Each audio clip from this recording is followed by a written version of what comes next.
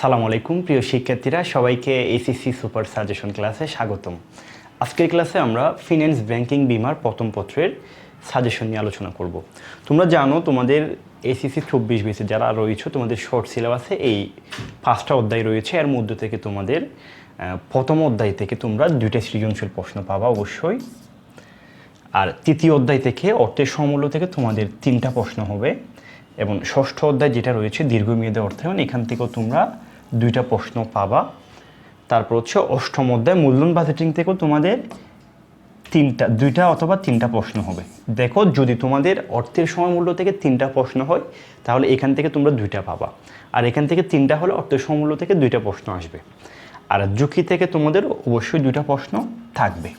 তাহলে তোমাদের মোট প্রশ্ন হলো কয়টা? 2, 5, 7, 9, 11টা। দেখো, তোমাদের 11টা প্রশ্ন থেকে লিখতে হবে কিন্তু 7টা। তো তোমরা যদি 3টা অধ্যায়ও যদি ভালোভাবে দেখো তাহলে কিন্তু তোমরা 7টা আনসার খুব সহজেই করতে পারবা।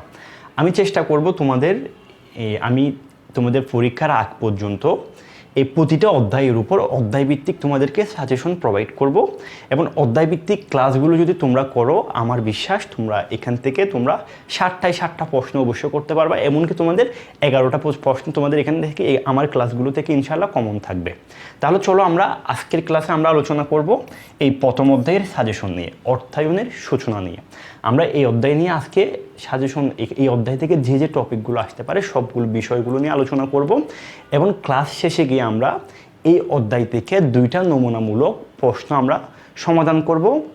এবং তোমরা যদি এই 2টা সৃজনশীল প্রশ্ন যদি একটু ভালোভাবে দেখে যাও, এই 2টা প্রশ্ন থেকে তোমাদের এই অধ্যায় থেকে প্রশ্নটা চলে আসবে। তাহলে চলো আমরা এই অধ্যায়টা শুরু করি। এবং তোমাদের কিন্তু আমি একটা রিকোয়েস্ট করবো, আমরা কিন্তু ক্লাসগুলো অনেক কষ্ট করে নিচ্ছি, তোমরা একটু ক্লাসগুলো অবশ্যই বন্ধুদেরকে শেয়ার করবা। যদি দেখো তুমি ক্লাসগুলো থেকে উপকৃত হচ্ছ তাহলে তুমি তোমার ফ্রেন্ডদেরকে একটু ক্লাসগুলো তোমরা কী করবা, শেয়ার করবা। তোমাদের ক্লাসগুলোর রেসপন্স দেখে তোমরা যদি দেখো যে আসলে এখান থেকে ভালো আউটপুট পাচ্ছ, তোমরা যদি ভিউ যদি বেশি হয় বা কমেন্টস যদি আসে তাহলে আমি চেষ্টা করব এরপরে ক্লাসগুলো ধারাবাহিকভাবে তোমাদেরকে দেওয়ার জন্য। তাহলে তোমাদের রেসপন্সের উপর ভিত্তি করে আমি পরের ক্লাসগুলো কিন্তু আপলোড করব। সেজন্য তোমাদের অবশ্যই ক্লাস কী করতে হবে, শেয়ার করতে হবে। ওকে, তাহলে আমরা শুরু করি। আমরা আজকের ক্লাসে অর্থায়নের সূচনা নিয়ে বিস্তারিত আলোচনা করব। প্রথমে আসো, তোমাদের এই অধ্যায় থেকে অর্থায়নের সূচনার অধ্যায় থেকে যে যে টপিকগুলো থেকে জ্ঞানমূলক এবং অনুধাবনমূলক প্রশ্ন হতে পারে একটু দেখো। এই 7টা জ্ঞানমূলকের জন্য, এই 7টা হচ্ছে অনুধাবনমূলক প্রশ্নের জন্য। তোমরা এই 14টা প্রশ্ন যদি ভালোভাবে দেখে যাও এখান থেকে তোমাদের জ্ঞানমূলক এবং অনুধাবনমূলক প্রশ্নগুলো চলে আসবে। দেখো, আমি 1 নম্বরে যেটা রাখছি, অর্থায়ন কাকে বলে, সরকারি ও ব্যবসায়ী অর্থায়ন কাকে বলে, তারল্য কী, সম্পদ ও মুনাফা সর্বাধিকরণ কী, অর্থায়নের মূল লক্ষ্য, মূল বিষয়বস্তু কী, ব্যবসায় নৈতিকতা কী, এবং সর্বশেষ দিয়েছি তহবিল বন্টন কী। এই 7টা প্রশ্ন তোমরা ভালোভাবে দেখে গেলে জ্ঞানমূলক প্রশ্নের মধ্যে এখান থেকে তোমরা যে কোনো 2টা পেয়ে যাবে ইনশাল্লাহ, কমন পেয়ে যাবে। 2 অনুধাবনমূলক প্রশ্নে আসো। 1 নম্বরে যেটা রাখছি, অর্থায়নকে ব্যবসায়ের চালিকা শক্তি বা জীবনী শক্তি বলা হয় কেন, বিনিয়োগের লক্ষ্য অর্জনে অর্থায়নের নীতিসমূহ মানা প্রয়োজন কেন। 3 নম্বরে, উচ্চ মুনাফাযুক্ত প্রকল্প নির্বাচন সর্বদা গ্রহণযোগ্য নয়, ব্যাখ্যা করো। সম্পদ সর্বোচ্চকরণ মুনাফা সর্বোচ্চকরণের চেয়ে উত্তম কেন। তারল্য সংকটে কোন ধরনের ঝুঁকি সৃষ্টি হয়, অর্থায়নের ঝুঁকি ও মুনাফা নীতি কেন অনুসরণ করা হয়, এবং সর্বশেষ যে প্রশ্নটা রয়েছে, পোর্টফোলিও বৈচিত্র্যায়ন নীতি ঝুঁকি কমায়, ব্যাখ্যা করো। এই 7টা প্রশ্ন তোমরা অনুধাবনমূলক প্রশ্নের জন্য দেখবা। তাহলে তোমরা একটু জ্ঞানমূলক এবং অনুধাবনমূলকের জন্য এই বিষয়গুলো একটু দেখবা। এবার চলো সৃজনশীল প্রশ্নের জন্য তোমাদের সিকিউ যে জায়গা থেকে হবে, তোমাদের প্রয়োগ এবং উচ্চতার দক্ষতার জন্য এই 4টা পয়েন্ট ভালোভাবে জানতে হবে। আমি এই 4টা পয়েন্টই এখন বিস্তারিত আলোচনা করব। 1 নম্বরে দেখো, অর্থায়নের স্বরূপ, এখান থেকে তোমরা প্রশ্ন পাবা। অর্থায়নের কার্যাবলী থেকে পাবা, অর্থায়নের নীতি থেকে, এবং সর্বশেষ অর্থায়নের লক্ষ্য থেকে। এই 4টা টপিক থেকে তোমাদের ঘ এবং ঘ নাম্বারের জন্য প্রশ্ন হবে। তাহলে চলো আমরা শুরু থেকেই এই টপিকগুলো নিয়ে একটু আলোচনা করি। প্রথমে আসো অর্থায়ন, আমরা একটু অর্থায়নের সংজ্ঞাটা একটু জেনে নিই। অর্থায়ন কাকে বলে? অর্থ সংগ্রহ, বিনিয়োগ ও নিয়ন্ত্রণের মাধ্যমে অর্থের সর্বোচ্চ ব্যবহার নিশ্চিত করে প্রাতিষ্ঠানিক লক্ষ্য অর্জন নিশ্চিত করার সামগ্রিক প্রয়াসকে বলা হয় অর্থায়ন। অর্থায়ন বেসিক্যালি তোমার তহবিল সংগ্রহ এবং এই তহবিলটাকে ব্যবস্থাপনা নিয়ে কাজ করে থাকে। তাহলে আমরা অর্থায়নের সংখ্যাটা কি বলতে পারি? তুমি প্রতিষ্ঠানের জন্য অর্থ সংগ্রহ করে সেটাকে ব্যবস্থাপনা করে এমনভাবে ব্যবস্থাপনা করবা যাতে তোমার প্রতিষ্ঠানের লক্ষ্যটা তুমি কি করতে পারো, অর্জন করতে পারো। তাহলে তুমি অর্থ সংগ্রহ করে সেই অর্থটাকে ব্যবস্থাপনা করে সর্বোচ্চ ব্যবহার নিশ্চিত করে তোমার প্রতিষ্ঠানের লক্ষ্য অর্জন নিশ্চিত করার সামগ্রিক প্রয়াসকে আমরা বলবো অর্থায়ন। তাহলে অর্থায়ন কয়টা বিষয় নিয়ে কাজ করে বললাম? দুইটা। এক হচ্ছে তহবিল সংগ্রহ এবং ব্যবস্থাপনা, এই তহবিলটাকে ব্যবস্থাপনা করা, এটা নিয়ে অর্থায়ন কাজ করে। তাহলে অর্থায়নের সংজ্ঞাটা একটু প্রথমে মাথায় রাখতে হবে। এবার আসো অর্থায়নের প্রকারভেদ বা অর্থায়নের স্বরূপ। এখান থেকে তোমরা গ নাম্বারে প্রশ্ন পাবা। তাহলে দেখো আমরা অর্থায়নকে অনেক ভাগে ভাগ করতে পারি। এক নম্বরে আসো পারিবারিক অর্থায়ন। পারিবারিক অর্থায়ন কাকে বলে? পরিবারের সুষ্ঠু পরিচালনার জন্য পরিকল্পনা মাফিক তহবিলের উৎস নির্ধারণ ও ব্যবস্থাপনা প্রক্রিয়াকে পারিবারিক অর্থায়ন বলা হয়। তাহলে পারিবারিক অর্থায়নের উদ্দেশ্যটা কি পেলাম? পরিবারের সদস্যদের মঙ্গল কামনা করা। তাহলে পরিবারের সুষ্ঠু পরিচালনার জন্য তুমি যে অর্থায়ন করছো সেটাকে আমরা বলছি কি? পারিবারিক অর্থায়ন। এই পারিবারিক অর্থায়নের আয়ের উৎসগুলো কি কি দেখো? এই আয়ের উৎসগুলো হচ্ছে তোমার পরিবারের সদস্যদের ইনকাম থেকে আয় হতে পারে, আত্মীয় স্বজন, পরিচিতি পরিজন, বন্ধু বান্ধব থেকে ঋণ ইত্যাদি হচ্ছে তোমার পারিবারিক অর্থায়নের আয়ের উৎস। তাহলে পারিবারিক অর্থায়ন কাকে বলে? পরিবারের সুষ্ঠু ব্যবস্থাপনার জন্য তুমি যে অর্থায়নটা করছো সেটাকে পারিবারিক অর্থায়ন বলা হয়। আরেকটা বিষয় মনে রাখবা, এই পারিবারিক অর্থায়ন আয় বুঝে ব্যয় করে। কি করে এরা হচ্ছে আয় বুঝে ব্যয় করে। এটা একটু মাথায় রাখবা, আয় বুঝে ব্যয় করে। অর্থাৎ তোমার যত টাকা ইনকাম হয় সেই ইনকামের উপর ভিত্তি করে তুমি কি করবা? ব্যয়টা করবা। তাহলে আয় বুঝে ব্যয় করে কোন অর্থায়ন? পারিবারিক অর্থায়ন। 2 নম্বরে আসো সরকারি অর্থায়ন। সরকারি অর্থায়ন কাকে বলে? সরকারের বার্ষিক ব্যয় কোন খাতে কি পরিমাণ হবে এবং সেই অর্থ কোন কোন উৎস থেকে সংগ্রহ করা হবে তা নির্ধারণ করাকে বলা হয় সরকারি অর্থায়ন। অর্থাৎ সরকারের যে বার্ষিক ব্যয়টা রয়েছে সেই ব্যয়গুলো তুমি কোন খাতে কি পরিমাণ করবা এবং কোন কোন উৎস থেকে তুমি সেই টাকাগুলো সংগ্রহ করবা সেটাকে বলা হয় তোমার সরকারি অর্থায়ন। এই সরকারি অর্থায়নের আয়ের উৎসগুলো হচ্ছে আয়কর, শুল্ক, সঞ্চয়পত্র, ট্রেজারি বিল, তারপর হচ্ছে বন্ড ইত্যাদি। এগুলো থেকে মূলত সরকার কি করে? তাদের আয়ের উৎসটা তারা এই উৎসগুলো থেকে সংগ্রহ করে থাকে। এই সরকারি অর্থায়নের উৎস হচ্ছে জনকল্যাণ করা এবং এই সরকারি অর্থায়ন হচ্ছে ব্যয় বুঝে আয় করে। কি করে? ব্যয় বুঝে আয় করে।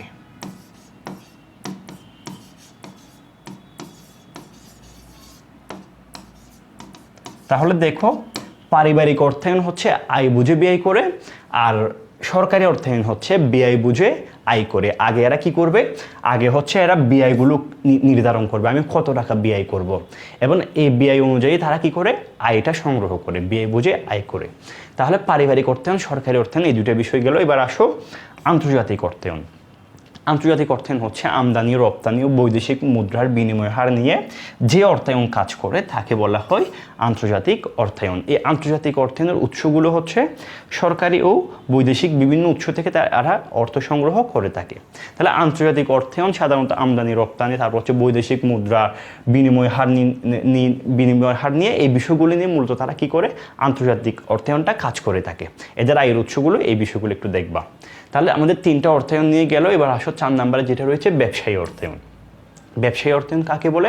ব্যবসা প্রতিষ্ঠানের আর্থিক পরিকল্পনা প্রণয়ন, তহবিল সংগ্রহ, বিনিয়োগ, বন্টন সংক্রান্ত কাজের সমষ্টিকে ব্যবসা অর্থায়ন বলা হয়। তাহলে পারিবারিক যেটা ছিল সেটা হচ্ছে পরিবারের সদস্যদের সুষ্ঠু পরিচালনার জন্য। সরকারি অর্থায়ন হচ্ছে তোমার সরকারের যেই ব্যয় খাতগুলো রয়েছে সেই ব্যয় খাতগুলো কোন কোন খাতে করবে এবং কোন কোন উৎস থেকে সংগ্রহ করবে। আর আন্তর্জাতিক অর্থায়ন হচ্ছে আন্তর্জাতিক যে বিষয়গুলো রয়েছে আমদানি, রপ্তানি এবং বৈদেশিক বিনিময় হার, এগুলো নিয়ে কাজ করে। আর ব্যবসা অর্থায়ন হচ্ছে ব্যবসা পরিচালনার জন্য তুমি তহবিল সংগ্রহ করবা, বিনিয়োগ করবা, বন্টন করবা, এই কাজের সমষ্টিকে আমরা বলবো ব্যবসায়ী অর্থায়ন। এই ব্যবসা অর্থায়নের উদ্দেশ্য হচ্ছে মুনাফা অর্জন করা। তাহলে ব্যবসা অর্থায়নের আয়ের উৎসগুলো কি? ঋণ, শেয়ার, তারপর হচ্ছে বন্ড বা ঋণপত্র বিক্রি ইত্যাদি হচ্ছে তোমার ব্যবসা অর্থায়নের আয়ের উৎস। এবার সর্বশেষ যেটা রয়েছে সেটা হচ্ছে অব্যবসায়ী অর্থায়ন। অব্যবসায়ী অর্থায়ন কাকে বলে? সাধারণত তোমার যে যাদের যে ব্যবসা প্রতিষ্ঠানগুলোর উদ্দেশ্য মুনাফা অর্জন করা নয়, সামাজিক যে প্রতিষ্ঠানগুলো রয়েছে, কোনো ক্লাব বলতে পারো, কোনো সংগঠন বলতে পারো, অমুনাফাভোগী যে সংগঠনগুলো রয়েছে সেগুলো তোমার তহবিল সংগ্রহ করা এবং এর ব্যবস্থাপনা করা, এই কাজগুলোকে বলা হয় অব্যবসায়ী প্রতিষ্ঠানের অর্থায়ন। অর্থাৎ যে অব্যবসায়ী মানে কি? অব্যবসায়ী মানে হচ্ছে যাদের উদ্দেশ্য মুনাফা অর্জন করা নয়, যারা হচ্ছে সামাজিক কল্যাণের জন্য কাজ করে, এই প্রতিষ্ঠানগুলোর তহবিল সংগ্রহ এবং তহবিলের সুষ্ঠু ব্যবস্থাপনাকে অব্যবসায়ী অর্থায়ন বলা হয়। এদের আয়ের উৎসগুলো হচ্ছে তোমার দান, কেউ দান করলে এগুলো তাদের আয়ের উৎস হয়, সরকারি বিভিন্ন অনুদান, তারপর হচ্ছে সদস্য যারা রয়েছেন তারা যে চাঁদাটা দেয়, এই চাঁদাগুলোই হচ্ছে তোমার এই অব্যবসায়ী প্রতিষ্ঠানের আয়ের উৎস। তাহলে এই ছিল আমাদের অর্থায়নের প্রকারভেদ নিয়ে আলোচনা। তাহলে এই 5টা প্রকারভেদ একটু তোমরা ভালোভাবে দেখলেই হবে। এবার চলো আমাদের যে দ্বিতীয় পার্টটা রয়েছিল সেটা হচ্ছে অর্থায়নের কার্যাবলী বা অর্থায়নের কাজ। অর্থায়ন কী কী কাজগুলো করে, এখান থেকে তোমরা 100% প্রশ্ন পাবা। তাহলে সিকিউ প্রশ্ন এখান থেকে একটা পাবা, এটা আমি 100% দিলাম। তাহলে একটু দেখো অর্থায়ন কী কী কাজগুলো করে। তারা যে কাজগুলো করে, 1 নম্বর কাজ হচ্ছে তহবিল সংগ্রহ করা। তহবিল সংগ্রহ করা অর্থায়নের বা আর্থিক ব্যবস্থাপকের প্রধান এবং প্রথম কাজ। দেখো অর্থায়নের প্রথম ও প্রধান কাজ হলো প্রয়োজনীয় সম্ভাব্য কোনো উৎস থেকে তহবিল সংগ্রহ করা। অর্থাৎ তুমি যে তহবিলটা সংগ্রহ করবা এর জন্য একটা উৎস নির্ধারণ করা, এবং এমন উৎস তোমাকে চিহ্নিত করতে হবে যে উৎস থেকে তুমি অর্থ সংগ্রহ করলে তোমার ব্যয়টা সবচেয়ে কম হবে। অর্থাৎ তোমাকে কম সুদের হাত দিতে হবে, কম সুদ দিতে হবে। তারপর ওই উৎসটা যেন কি হয়, তোমার কম ঝুঁকিপূর্ণ হয়, এমন একটা উৎস তোমাকে চিহ্নিত করতে হবে এবং এখান থেকে তোমাকে অর্থ সংগ্রহ করতে হবে। তাহলে অর্থায়নের যে প্রথম কাজটা পেলাম, এটা কি? তহবিল সংগ্রহ করা। অর্থায়নের প্রধান এবং প্রথম কাজ হচ্ছে প্রয়োজন অনুযায়ী সম্ভাব্য কোনো উৎস থেকে তহবিল সংগ্রহ করা। সবচেয়ে এমন একটা উৎস তোমাকে সংগ্রহ করতে হবে যেখান থেকে তুমি যে উৎস থেকে সবচেয়ে কম ব্যয় করে, কম খরচ করে তুমি তহবিল সংগ্রহ করতে পারবা এবং যেটার তোমার ঝুঁকির হারটা কী হবে, কম হবে। এরকম একটা উৎস শনাক্ত করে সেখান থেকে অর্থ সংগ্রহ করাই হচ্ছে অর্থায়নের প্রধান এবং প্রথম কাজ। তাহলে প্রথম কাজ গেল তহবিল সংগ্রহ করা। 2 নম্বর কাজ আসো মূলধন বাজেটিং ও বিনিয়োগ সিদ্ধান্ত। মূলধন বাজেটিং কি? মূলধন বাজেটিং হচ্ছে দীর্ঘমেয়াদী বিনিয়োগ সিদ্ধান্ত গ্রহণের প্রক্রিয়াকে মূলধন বাজেটিং বলা হয়। অর্থাৎ তুমি যদি 5 বছরের অধিক সময়ের জন্য কোনো প্রকল্পে বিনিয়োগ করো, তুমি সেখান থেকে কী কী আউটপুট পাবা, তোমার যদি একাধিক প্রকল্প থাকে তুমি কোন প্রকল্পে বিনিয়োগ করবা, এই যে তুমি বিনিয়োগ করবা, এই বিনিয়োগ করার জন্য তুমি যে সিদ্ধান্ত নিবা, এই সিদ্ধান্ত নেওয়ার প্রক্রিয়াকে বলা হয় মূলধন বাজেটিং। তাহলে মূলধন বাজেটিং বলতে দীর্ঘমেয়াদী বিনিয়োগ সিদ্ধান্তকে বোঝায় বিভিন্ন স্থায়ী সম্পদ যেমন দোকানের আসবাবপত্র, কারখানা যন্ত্রপাতি, মেশিন, ফ্ল্যাট ক্রয়, দালান কোঠা নির্মাণ ইত্যাদির জন্য সম্ভাব্যতা যাচাই করে বিনিয়োগ সিদ্ধান্ত গ্রহণ করা হয় এই মূলধন বাজেটিংয়ের মাধ্যমে। তাহলে মূলধন বাজেটিং কি? মূলধন বাজেটিং হচ্ছে দীর্ঘমেয়াদী বিনিয়োগ সিদ্ধান্ত গ্রহণকেই মূলধন বাজেটিং বলা হয়। 3 নম্বর কাজ হচ্ছে স্বল্পমেয়াদী সম্পদ ব্যবস্থাপনা। স্বল্পমেয়াদী সম্পদ বলতে আমরা কোনগুলোকে বুঝি? স্বল্পমেয়াদী সম্পদ বলতে নগদ অর্থ, মজুত পণ্য, প্রাপ্য বিল, এগুলোকে কি করা? ব্যবস্থাপনা করা। এই যে নগদ অর্থ, এগুলো স্বল্পমেয়াদী সম্পদ বা চলতি সম্পদ, মজুত পণ্য, প্রাপ্য বিল বা দেনাদার, তাহলে এগুলোকে ব্যবস্থাপনা করাই হচ্ছে কি? স্বল্পমেয়াদী সম্পদ ব্যবস্থাপনা করা। এটিও একটা আর্থিক ব্যবস্থাপকের অন্যতম কাজ। একটি ব্যবসাকে সঠিকভাবে পরিচালনা করার জন্য চলতি মূলধনের প্রয়োজন হয়। পর্যাপ্ত পরিমাণ চলতি সম্পদে বিনিয়োগ করা না হলে প্রতিষ্ঠান ব্যবসায়িক ঝুঁকিতে পড়ে। অর্থাৎ তুমি যদি সকল টাকা যদি তুমি দীর্ঘমেয়াদী প্রকল্পে বিনিয়োগ করে দাও, চলতি সম্পদে যদি তুমি খুব কম পরিমাণ টাকা বিনিয়োগ করো, তাহলে তোমার কি হবে? তুমি চলতি সম্পদে বিনিয়োগ না করলে ব্যবসায়িক ঝুঁকিতে পড়বা। আবার অতিরিক্ত যদি তুমি চলতি সম্পদে বিনিয়োগ করো, তখন আবার তোমার মুনাফা অর্জনের ক্ষমতাটা হ্রাস পায়। তাই চলতি সম্পদে এমনভাবে বিনিয়োগ করতে হবে, তোমাকে এর মধ্যে কি করতে হবে? ভারসাম্য রাখতে হবে। তুমি সবচেয়ে বেশি আবার চলতি সম্পদে বিনিয়োগ করছো, আবার তুমি দীর্ঘমেয়াদী প্রকল্পের ক্ষেত্রে তোমার বিনিয়োগের হারটা কম, তাহলে এমনটা হওয়া যাবে না। তোমাকে চলতি সম্পদে ভারসাম্য রেখে কী করতে হবে? বিনিয়োগ করতে হবে। এটাই হচ্ছে তোমার চলতি সম্পদটাকে ব্যবস্থাপনা করা। স্বল্পমেয়াদী যে সম্পদগুলো রয়েছেন সেগুলোকে ব্যবস্থাপনা করা, এটা একটা আর্থিক ব্যবস্থাপকের অন্যতম কাজ। 3 নম্বরে আসো তহবিল বা মুনাফা বন্টন করা। তহবিল বা মুনাফা বন্টনটা কি? দেখো, প্রথমে তুমি কি করছো? তহবিল সংগ্রহ করছো। তহবিল সংগ্রহ করে এটাকে তুমি বিভিন্ন ব্যবস্থাপনা করছো, অন্য কোথাও বিনিয়োগ করছো, এটাকে নিয়ন্ত্রণ করছো। এর মাধ্যমে তোমার ব্যবসা প্রতিষ্ঠানে কি হয়েছে? লাভ হয়েছে। এখন এই লাভগুলো তো তুমি তোমার পকেটে রেখে দিতে পারবে না, এটাকে কি করতে হবে? এই লাভগুলোকে বিভিন্ন জনের কাছে তোমাকে বন্টন করতে হবে। অর্থাৎ তোমার যারা পাওনাদার রয়েছেন তাদেরকে সুদ দিতে হবে, যারা শেয়ার হোল্ডার রয়েছেন তাদেরকে তোমাকে কি দিতে হবে? লভ্যাংশ দিতে হবে, সরকারকে কর দিতে হবে, অথবা তুমি ভবিষ্যতের জন্য কোনো একটা ভবিষ্যতে তোমার যে কোনো বিপদের জন্য তুমি কি করবা? কিছু মুনাফা সংরক্ষণ রাখবা। তাহলে বিভিন্ন খাতে তোমাকে তোমার লাভগুলোকে কি করতে হবে? বন্টন করতে হবে। এটাই হচ্ছে তহবিল বন্টন ও মুনাফা বন্টন, তহবিল বা মুনাফা বন্টন। তাহলে এটাও একটা অর্থায়নের আর্থিক ব্যবস্থাপকের গুরুত্বপূর্ণ কাজ। দেখো, ব্যবসায় অর্জিত মুনাফা থেকে শেয়ার হোল্ডারদের লভ্যাংশ, বন্ড হোল্ডারদেরকে সুদ এবং সরকারকে কর প্রদান করাই হলো তহবিল বন্টন। সাধারণত ভবিষ্যতে বিনিয়োগের সুযোগ হাতে রাখার জন্য অনেক ক্ষেত্রে তহবিলের সম্পূর্ণ অংশ লভ্যাংশ হিসাবে বন্টন না করে কিছু সংরক্ষিত তহবিলে কি করা হয়? রেখে দেওয়া হয়। অথবা তুমি বিভিন্ন বিপদ হতে পারে, এর জন্য তুমি কি করতে পারো? সংরক্ষিত তহবিলে তুমি কিছু মুনাফা জমা রাখতে পারো। তাহলে এই তহবিল বন্টন করাও অর্থায়নের অন্যতম একটা কাজ। তাহলে অর্থায়নের এই 4টা কাজ নিয়ে তোমাকে একটু ভালোভাবে জানতে হবে। একটা উদ্দীপক দিবে, তোমাকে গ নাম্বারে জিজ্ঞেস করবে উদ্দীপকের জনাব রহিম তিনি অর্থায়নের কোন কাজটি সম্পাদন করেছে। তাহলে এখান থেকে যে কাজটি করেছে সেটা তোমাকে চিহ্নিত করতে হবে। তাহলে চলো আমরা একটু এই 4টার মাধ্যমে তোমাকে এরকমই উদ্দীপক দিবে। তুমি যদি এই বিষয়গুলো একটু বুঝতে পারো তাহলে তুমি উদ্দীপকটা ভালোভাবে বুঝতে পারবে আশা করি পরীক্ষার ফলে। তাহলে একটু দেখো, এসিআই লিমিটেড 100 কোটি টাকার শেয়ার লভ্যাংশ ইস্যু করেছে। এসিআই লিমিটেড কি করছে? 100 কোটি টাকার শেয়ার ইস্যু করছে। তাহলে এটা তিনি অর্থায়নের কোন ধরনের কাজ করছে? তাহলে তোমাকে উদ্দীপক দিবে এসিআই লিমিটেড 100 কোটি টাকা শেয়ার ইস্যু করছে। গ নাম্বারে জিজ্ঞেস করছে তোমাকে উদ্দীপকে এসিআই লিমিটেড অর্থায়নের কোন কাজটি সম্পাদন করছে। তাহলে দেখি বলো তো কোন কাজটি করছে। তিনি হচ্ছে দেখো শেয়ার ইস্যু করার মাধ্যমে কি করছে? শেয়ার ইস্যু করার মাধ্যমে সেই মূলধন সংগ্রহ করছে বা টাকা সংগ্রহ করছে। তাহলে আমরা বলতে পারি কি অর্থায়নের সেই এই প্রথম কাজ যেটা ছিল তহবিল সংগ্রহ করছে। তাহলে তুমি শেয়ার ইস্যু করার মাধ্যমে তহবিল সংগ্রহ করছে, মূলধন বা তহবিল সংগ্রহ করছে। তাহলে আমরা বলতে পারি এসিআই লিমিটেড অর্থায়নের তহবিল সংগ্রহের কাজটি করছে, তহবিল সংগ্রহ। ওকে, 2 নাম্বার আসো, বেক্সিমকো ফার্মা লিমিটেড 10 লক্ষ টাকা লভ্যাংশ প্রদান করছে। তাহলে লভ্যাংশ প্রদান কোন ধরনের কাজ? দেখো, সে হচ্ছে তার যে আয়গুলো ছিল এগুলো থেকে সে কি করছে? লভ্যাংশ বন্টন করছে। তাহলে তার মানে সে হচ্ছে তহবিল বন্টন করছে বা মুনাফা বন্টন করছে। তাহলে 2 নাম্বারটা আমরা বলতে পারি তহবিল বা মুনাফা বন্টন। 3 নাম্বার আসো, প্রাণ লিমিটেড 100 কোটি টাকা চলতি সম্পদে বিনিয়োগ করছে। তাহলে চলতি সম্পদে বিনিয়োগ করছে মানে এটা কোন ধরনের কাজ?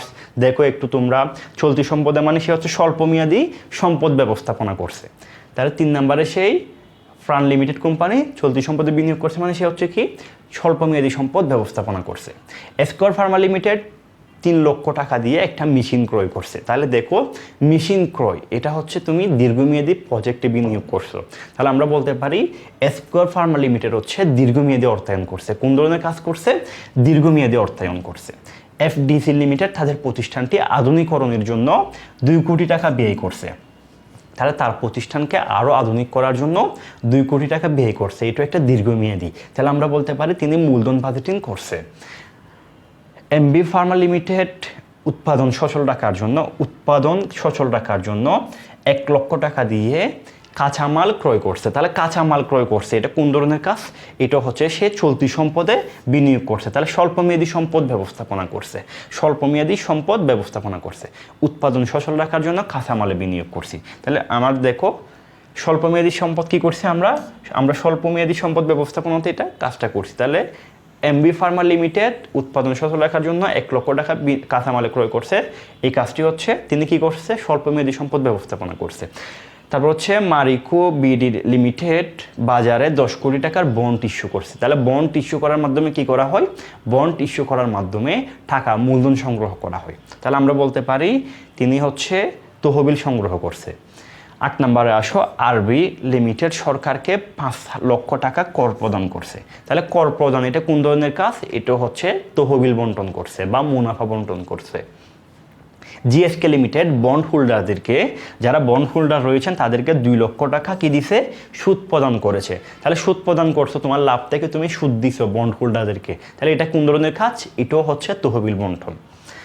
তারপর হচ্ছে কোহিনুর লিমিটেড 2 কোটি টাকার অগ্রাধিকার শেয়ার ও 0 কুপন বন্ড ইস্যু করেছে। তাহলে দেখো অগ্রাধিকার শেয়ার এবং 0 কুপন বন্ড কি করছো, তুমি ইস্যু করছো। এগুলো ইস্যু করার মাধ্যমে তুমি 2 কোটি টাকা সংগ্রহ করছো। তার মানে তুমি কোন ধরনের কাজ করছো, তুমি হচ্ছে তহবিল সংগ্রহের কাজটা করছো। তাহলে আশা করি তুমি যদি এই পয়েন্টগুলো বুঝতে পারো, তোমাকে যেরকমই উদ্দীপক দেখ না কেন সে কোন ধরনের কাজ করছে অবশ্যই তুমি লিখতে পারবা। তাহলে আমাদের অর্থায়নের কার্যাবলী এবং অর্থায়নের প্রকারভেদ নিয়ে আশা করি যদি প্রশ্ন আসে অবশ্যই তোমরা করতে পারবা। তাহলে 3 নাম্বার আমাদের যে জায়গা থেকে সৃজনশীল প্রশ্ন হতে পারে সবচেয়ে ইম্পর্টেন্ট সেটা হচ্ছে অর্থায়নের নীতি। এই অর্থায়নের নীতি থেকে অবশ্যই তোমাদের প্রশ্ন থাকবে, বিশেষ করে এই পোর্টফোলিও নীতি থেকে প্রশ্ন করা হয় বেশি। তাহলে চলো আমরা একটু অর্থায়নের নীতিগুলো নিয়ে একটু বিস্তারিত আলোচনা করি। 1 নম্বরে আসো, তারল্য ও মুনাফা নীতি। তারল্য ও মুনাফা নীতি কি? তারল্য কি? তারল্য হচ্ছে তোমার সম্পদগুলোকে দ্রুত সময়ের মধ্যে নগদে রূপান্তর করতে পারার ক্ষমতাকে বলা হয় তারল্য। তাহলে তারল্য এবং মুনাফা নীতিটা কি? তারল্য ও মুনাফা নীতি হচ্ছে এই নীতি অনুসারে প্রতিটি আর্থিক সিদ্ধান্ত এমনভাবে নেওয়া উচিত যাতে তারল্য ও মুনাফা উভয় বজায় থাকে। অর্থাৎ তুমি বিনিয়োগ করার ক্ষেত্রে এমনভাবে তোমাকে বিনিয়োগ করা উচিত যাতে তোমার প্রতিষ্ঠানে তারল্য এবং মুনাফার মধ্যে একটা সামঞ্জস্য থাকে। তারল্য ও মুনাফার মধ্যে সবসময় বিপরীতমুখী সম্পর্ক বিদ্যমান। প্রতিষ্ঠানে বেশি তারল্য সংরক্ষণ করলে বিনিয়োগের পরিমাণ কম হয়। প্রতিষ্ঠানে যদি তোমার তারল্য কি হয়, বেশি সংরক্ষণ রাখো, তখন তোমার বিনিয়োগটা কি হবে, কম হবে, ফলে তোমার মুনাফাটাও কম হবে। আবার তারল্য যদি তুমি কম সংরক্ষণ করো তাহলে প্রতিষ্ঠানের দায় পরিশোধে ব্যর্থ হবা।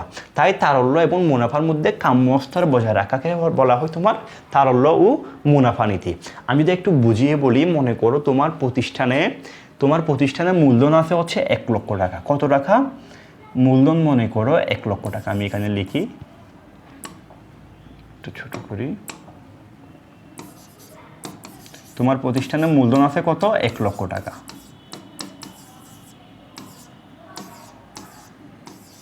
ঠিক আছে, তোমার প্রতিষ্ঠানের মূলধন হচ্ছে 1 লক্ষ টাকা। এখন তুমি তারল্য অবস্থায় রাখছো, মনে করো তোমার 1 লক্ষ টাকা মূলধন থেকে তুমি তারল্য অবস্থায় রেখে দিছো হচ্ছে 60,000 টাকা। তাহলে তুমি আর বিনিয়োগ করতে পারবা কত? তুমি আর বিনিয়োগ করতে পারবা তুমি 40,000 টাকা। তাহলে দেখো তোমার মূলধন আছে 1 লক্ষ টাকা। মনে করো তোমার ব্যবসা প্রতিষ্ঠানটা পরিচালনার জন্য তোমার হচ্ছে ক্যাশের মধ্যে তোমার হচ্ছে কিছু টাকা রাখা প্রয়োজন, যেগুলো তুমি কি করতে পারবা, তোমার প্রতিষ্ঠানে যদি কোনো খরচ থাকে, বিদ্যুৎ বিল বলো, কাঁচামাল ক্রয় বলো, বা শ্রমিকের মজুরি দিবা, বেতন দিবা, এর জন্য তুমি ক্যাশের মধ্যে কিছু টাকা রাখছো। তোমার 1 লক্ষ টাকার মধ্যে মনে করো ব্যবসা প্রতিষ্ঠান পরিচালনার জন্য তারল্য অবস্থায় রাখা প্রয়োজন হচ্ছে মনে করো 20,000 টাকা। 20,000 টাকা থাকলে ক্যাশে তুমি কি করতে পারবা, তারল্য অবস্থায় যদি 20,000 টাকায় রাখো তুমি, তাহলে তুমি খুব সুন্দরভাবে তোমার প্রতিষ্ঠানটা চালাতে পারবা। তাহলে দেখো তোমার মূলধন হচ্ছে 1 লক্ষ টাকা, তুমি কি করছো, তারল্য অবস্থায় রেখে দিছো 60,000 টাকা। তাহলে তুমি বিনিয়োগ করতে পারছো কত? 40,000 টাকা। মনে করো তুমি 1,000 টাকা লাভের উপর তুমি হচ্ছে মনে করো 20% লাভ করে থাকো। তাহলে 20% যদি তুমি 1,000 টাকার উপর লাভ করে থাকো, 40,000 টাকা তুমি বিনিয়োগ করলে তোমার লাভ হবে কত টাকা? 20% হলে আমরা যদি 40,000কে 20% দিই 8,000 টাকা। তাহলে তোমার লাভ হচ্ছে 8,000 টাকা। একটু বোঝার চেষ্টা করো, তোমার মূলধন হচ্ছে 1 লক্ষ টাকা, তুমি তারল্য অবস্থায় রাখছো 60,000 টাকা, তুমি বিনিয়োগ করতে পারছো 40,000 টাকা। তাহলে দেখো তুমি 1,000 টাকার উপর লাভ করো হচ্ছে 100 টাকার উপর লাভ করো হচ্ছে তুমি 20 টাকা। 100 টাকার উপর তুমি 20% লাভ করো, তুমি 20 টাকা করে লাভ করো। তাহলে তুমি 40,000 টাকা যদি বিনিয়োগ করো তাহলে তোমার লাভ হবে কয় টাকা? 8,000 টাকা।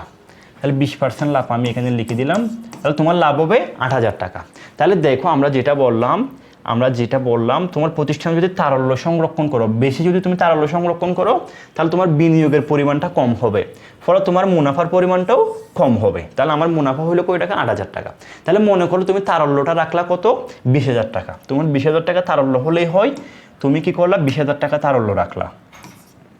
20,000 টাকা তুমি যদি তারল্য রাখো তাহলে তুমি বিনিয়োগ করতে পারবা কত? বিনিয়োগ করতে পারবা তুমি 80,000 টাকা। 80,000 টাকা তুমি বিনিয়োগ করতে পারবা। তাহলে 80,000 যদি তুমি বিনিয়োগ করো তাহলে তোমার লাভ হয় কয় টাকা? তাহলে 80,000 উপর 20% হইলে 16,000 টাকা তুমি লাভ করতে পারবা। 16,000।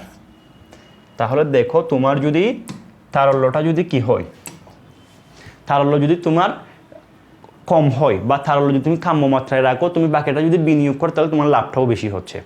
আবার মনে করো তুমি যদি তোমার 20,000 টাকা তারল্য প্রয়োজন, তুমি লোভের আশায় তুমি কি করলা, সব টাকা তুমি বিনিয়োগ করে দিলা। তোমার মূলধন ছিল 1 লক্ষ টাকা, তুমি তারল্যতে 1 টাকাও রাখো নাই, তুমি 0 টাকা রাখছো তারল্য অবস্থায়, তুমি 1 লক্ষ টাকা সবগুলো বিনিয়োগ করে দিছো।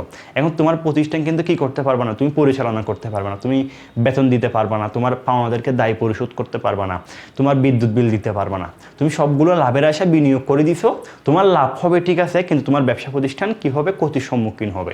তাহলে তুমি তারল্য অবস্থায় 1 টাকাও রাখো না, সবগুলো বিনিয়োগ করে দিছো, ফলে তোমার ব্যবসা প্রতিষ্ঠান তুমি কার্যক্রমগুলো পরিচালনা করতে পারবে না। ফলে তারল্য এবং মুনাফা নীতি এই কথাটাই বলে তুমি সব টাকা কি করবা না, বিনিয়োগ করবা না, আবার সব টাকা তুমি তোমার ক্যাশের মধ্যে রেখে দিবা না। দুইটার মধ্যে কি করতে হবে, সামঞ্জস্য রাখতে হবে। এটাকে বলা হয় তারল্য এবং মুনাফা নীতি। 2 নম্বরে আসো, ঝুঁকি ও মুনাফা নীতি। ঝুঁকি ও মুনাফা নীতি কি দেখো, ঝুঁকি ও মুনাফার মধ্যে সবসময় ধনাত্মক সম্পর্ক বা সমমুখী সম্পর্ক বিদ্যমান। দেখো এখানে দেখো বিপরীতমুখী সম্পর্ক বিদ্যমান কোথায়, তারল্য এবং মুনাফা নীতির ক্ষেত্রে। তোমার তারল্য যদি বেশি হয়, তারল্য বেশি হলে তোমার মুনাফা কম হয়, তারল্য যদি বেশি হয় মুনাফা কম হয়, আবার তারল্য কম হলে তোমার মুনাফাটা বেশি হয়। সেহেতু এদের মধ্যে বিপরীতমুখী সম্পর্ক বিদ্যমান। আর ঝুঁকি ও মুনাফার মধ্যে সবসময় ধনাত্মক সম্পর্ক বিদ্যমান। দেখো কোনো প্রকল্পে অর্থ বিনিয়োগ করে বাড়তি উপার্জন করাই হচ্ছে মুনাফা, আর মুনাফা পাওয়ার অনিশ্চয়তাই হচ্ছে কি, ঝুঁকি। ঝুঁকি ও মুনাফা একে অপরের সাথে কি করে, ওতপ্রোতভাবে জড়িত থাকে। বেশি মুনাফা অর্জন করতে হলে বেশি ঝুঁকি নিতে হয়, আবার যদি তুমি ঝুঁকি কম নাও তাহলে তোমার মুনাফাটাও কম হবে। এই জন্য প্রতিষ্ঠানের ঝুঁকি সহনীয় মাত্রায় রেখে মুনাফাকে সমন্বয় করতে হয়। দেখো বিষয়টা একটু দেখো, ঝুঁকি ও মুনাফা নীতিটা দেখো। মনে করো তোমার কাছে 1 লক্ষ টাকা আছে, তোমার সামনে 2টা প্রজেক্ট আছে। একটা প্রকল্পের ক্ষেত্রে মনে করো একটা প্রকল্প এ আর একটা প্রকল্প হচ্ছে বি। 2টা প্রকল্প তুমি 1 লক্ষ টাকা বিনিয়োগ করবা।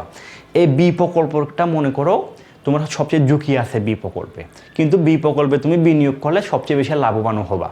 অন্যদিকে এ প্রকল্পের মধ্যে তোমার হচ্ছে ঝুঁকি কম, কিন্তু তুমি হচ্ছে কি এখান থেকে তুমি লাভও কম পাবা। তোমাকে একটা নিশ্চিত দিয়ে দিয়েছে কি, তুমি এখান থেকে মনে করো 10,000 টাকা লাভ পাবা। মনে করো এখানে তোমার ঝুঁকি কম, তুমি এখান থেকে 10,000 টাকা লাভ পাবা। আর বি প্রকল্প বললো তুমি আমার এখান থেকে 30,000 টাকা লাভ পেতে পারো, তবে এখানে তোমার কোনো লাভ নাও হতে পারে, ধ্বংস হয়ে যেতে পারে বা লাভ নাও, ক্ষতির সম্মুখীন হতে পারে।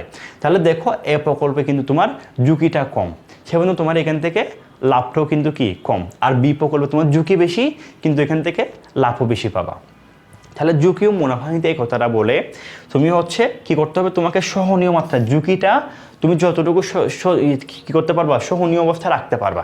সহনীয় মাত্রায় তোমার ঝুঁকিটা রেখে মুনাফাকে সমন্বয় করা হচ্ছে তোমার ঝুঁকি ও মুনাফা নীতি। তোমার ঝুঁকি বেশি হলে মুনাফাও বেশি হবে, ঝুঁকি কম হলে মুনাফাও কম হবে। এটাই হচ্ছে ঝুঁকি ও মুনাফা নীতি। 3 নম্বর যে আমাদের নীতিটা রয়েছে সেটা হচ্ছে পোর্টফোলিও বৈচিত্র্যায়নের নীতি। পোর্টফোলিও বৈচিত্র্যায়ন নীতি মানে হচ্ছে একটা প্রকল্পে সব মূলধন বিনিয়োগ না করে একাধিক প্রকল্পে, একাধিক লাভজনক প্রকল্পে বিনিয়োগ করাই হচ্ছে পোর্টফোলিও বৈচিত্র্যায়নের নীতি। মনে করো তোমার 1 লক্ষ টাকা আছে বিনিয়োগ করার জন্য, তোমার সামনে 2টা প্রকল্প আছে, 3টা প্রকল্প মনে করো ABC।